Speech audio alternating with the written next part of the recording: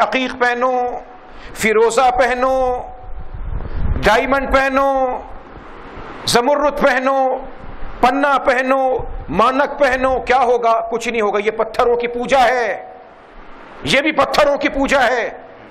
صرف پتھر کے پجاری وہ نہیں جو مندر میں بھگوان بنا کے پوجتے ہیں، جو پتھر لگا کے انگوٹھی میں پوج رہا ہے کہ اس قسمت کے ساتھ کہ یہ فیروزہ ہے، وہ سمجھ نہ سکا کہ صاحب فیروزے کا معنی تو تھا کہ میری قسمت کے اندر بلندی آئے گی. اس سازی سمجھ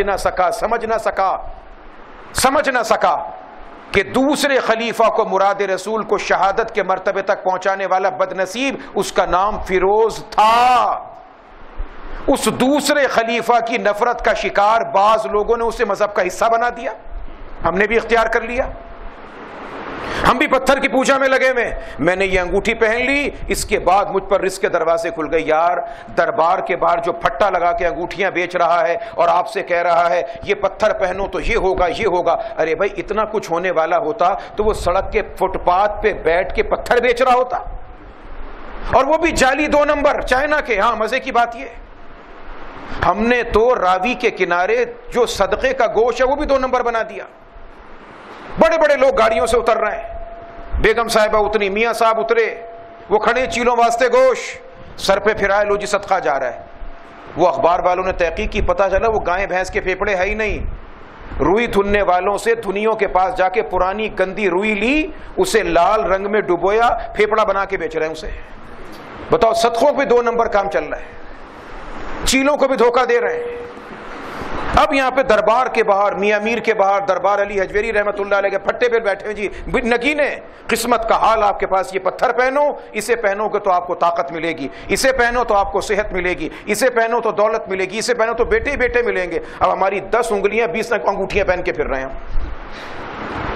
جس کو دیکھو میں حیران ہوتا ہوں کہ یار اتنی ساری انگوٹھیاں پہن کر استنجا کیسے کرتا ہوگا، پاک کیسے ہوتا ہوگا، کس طریقے سے ان انگوٹھیوں کے اندر پانی پہنچاتا ہوگا، مجھے سمجھ نہیں آتا. کوئی شرم و حیا ہو یار.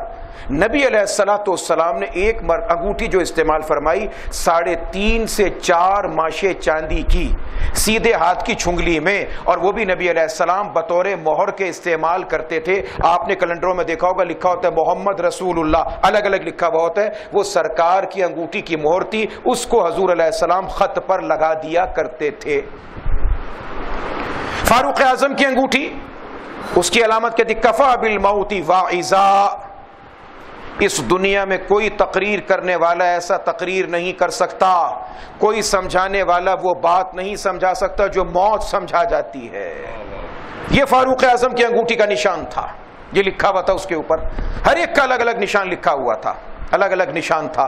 تو اب ہم پھٹے کے اوپر بیٹھ کر، سڑک کے کنارے بیٹھ کر 2 نمبر پتھر بھی 2 نمبر چائنا کے بنے ہوئے اس کو پہن کے اب سوچ رہے ہیں اچھا اب میں نے یہ پتھر پہن لیا، اب میں اس کو اپنی ہتھیلی کے ساتھ لگاؤں گا تو دل کا دورہ نہیں پڑے گا، یہ کام نہیں ہوگا، بلڈ پریشر نیچے ہوگا، شوگر ہے. بھائی کچھ نہیں ہوتا، کچھ نہیں ہوتا، کچھ بھی نہیں ہوتا. یہ سب کے سب بیکار باتیں. یہ اللہ نے میری آپ کی خدمت کے لیے بنائے، پوجا کے لیے نہیں بنائے.